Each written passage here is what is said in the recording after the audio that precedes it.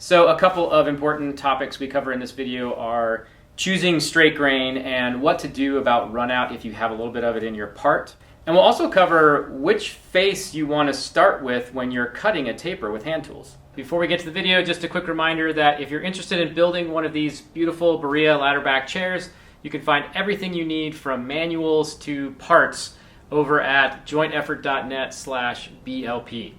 All right, this first video is all about layout, so the tool set is pretty simple. You need a leg blank. You're going to need a pencil or some other marking instrument. And after that, you can get by with something as simple as a tape measure and a straight edge. In the video, you'll notice that Jeff uses a 12-inch combination square and then a smaller double square.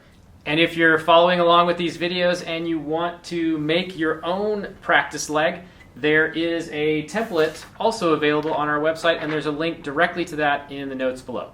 Okay, I know you're busy, so let's get to it. When the video is done, I'll be back with a quick review and a preview of the next video.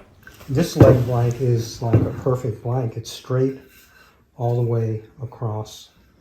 You saying I have no excuse if I screw it up? So, well, what I was going to say, if there's any run out, you want it in the cylindrical part of the leg, not the taper. Which in this case is the top, right? The top. Okay. But there's no run out anywhere, so we're just going to mark 9.5 all the way around. So what is the... If you're going to make the part thinner, you want to make sure the grain is straight. As right? straight as Because possible. you're weakening it by making it thinner. Yes. You don't want to further weaken it by choosing the wrong grain. I have done chairs that these are 1 5/8 in diameter. I've gone down to 1.5 inches, and I think you can get away with that. But you do need, the thinner you get, the more careful you want to be about getting straight grain. Okay. This is just the beginning of the taper, or the end of the taper, at 9.5, bottom, top. Okay. Do you mark that in any particular way to remind you that it's bottom and top? Well, the next thing we do is okay. gonna make it.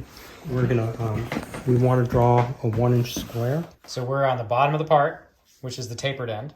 Yes. And we're going to go ahead and draw a 1-inch square. So you said the part is 1 5/8 square, and Correct. you want to draw a 1-inch square centered on the end of the part. So we're doing 1 5/8 minus 1 is 5/8. Dividing that in half, we're left with 5/16. So your square is set to 5/16. Before I go all the way around, I'm gonna test it and see if that's what I'm getting, which I am. Okay. So Now, if you were off by a 32nd, would that bother you at all? no, I mean, okay. it's just going to change the dimension at the bottom a little bit. Okay. It's not that critical. So I'm going to do this side and this side. Then I'm going to do these. So there's my 1-inch square in the middle of this 1 5/8 leg. Now I'm going to choose my radial faces. Okay. So let's look at this one. All right. For what you would do as the next step. The radial or quarter sawn face will be these two faces, and the flat sawn face will be these two faces. It's tangential, right? So Tangential. just for review, the medullary rays, they radiate from the center, so that makes this the radial. Right, radial It's face. parallel to the medullary rays, right. and then the tangential face it's parallel to the growth rings. Or tangent to the growth rings. Yes, that's where tangential comes from. Yeah, because growth rings, generally arc a little bit, even these. So tangent to the growth rings, tangential face. Right. In general, the radial faces are easier to shape than the tangential faces. Right. The first two tapers we cut, we're cutting all the way across the part, full 1 5/8 wide. Mm-hmm. So we're taking the most wood off with these first two tapers. The very first cut. So we want to take that cut on the faces that are easiest to cut, which would be the radial faces. On this leg, it would be these two faces would be easier to cut by a lot than these two. Okay. Now this this our actual sample chair leg. You can see the growth rings are going like that. That's like perfect wrist sawn. Wrist sawn is where the growth rings are going at an angle, some angle, and this is almost perfect 45-degree wrist sawn, which means you actually, in this one, you have radial faces on all four sides. Yeah, and you're splitting the difference between perfectly quarter sawn and perfectly flat sawn, so it's going to be the same on all sides. Yeah. Okay. So you want to choose the two best radial faces, and they're always going to be opposite each other. Right. So we're going to choose, in this case, it doesn't matter whether we choose these two faces or these two faces. They'll be equally easy to shape. Okay. The only consideration is how hard is it to shape these first two tapers. It has nothing to do with the final product. Because you're making a round Because part. we're going to do tapers from both sides. We're just taking more wood with the first two tapers, so we just want to make it easier on ourselves. So Okay. in this case, it doesn't matter which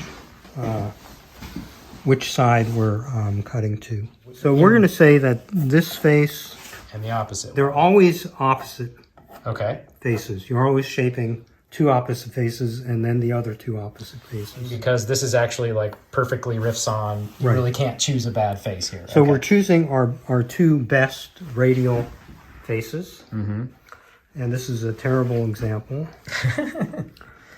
And we put an X on those, and we're going to take this mark all the way across.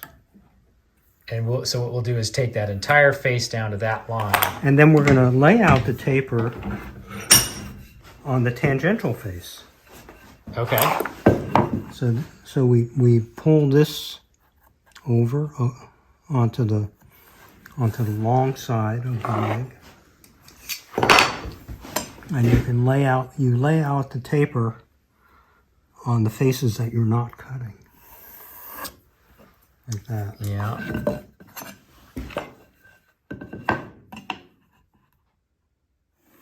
Okay, so we lay out the taper on the face that we're not cutting. Okay.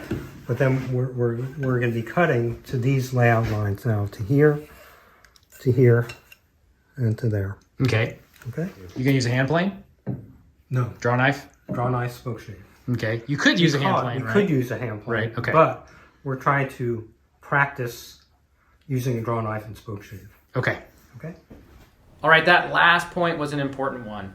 You can use hand planes to make round parts, and you can use them to make tapers. But when you get into curved parts like you have on the back leg of this chair, you're going to need to get comfortable using a draw knife and a spoke shave. So feel free to use this tutorial and substitute hand planes for draw knife and spoke shave if all you're going to be doing is making straight parts. But this really is meant to be a practice exercise for people to get comfortable using the draw knife and the spoke shave. Okay, so let's talk about the other important points in this video. First point, choose straight grain. This is the first component of strong joinery, according to Jeff Lefkowitz. Jeff and I made an entire video series covering all 6 components of strong joinery. And if you'd like to get that video series, you can follow the link below and go over to jointeffort.net and subscribe to the newsletter. I'll send you a link to all 6 videos. After that, you'll get a weekly newsletter with a short video like this one. Second point, no piece of wood is absolutely perfect. So if you do have a little bit of run out, leave it in the thickest section of your part. When you make the part thinner with a taper, you're removing strength, so you don't want to double up on that by putting run out in a section where you're removing strength. Third point, always cut your tapers on opposite faces. This allows you to keep track of your layout. Final point, cut the first 2 tapers, the widest tapers, on the quarter sawn face. It's easier to cut on this face with hand tools, and that's something that you should always be thinking about when you're using hand tools. What is the easiest way to get this done? In the next video, Jeff and I are going to show you how to cut the first 2 faces with a draw knife and a spoke shave.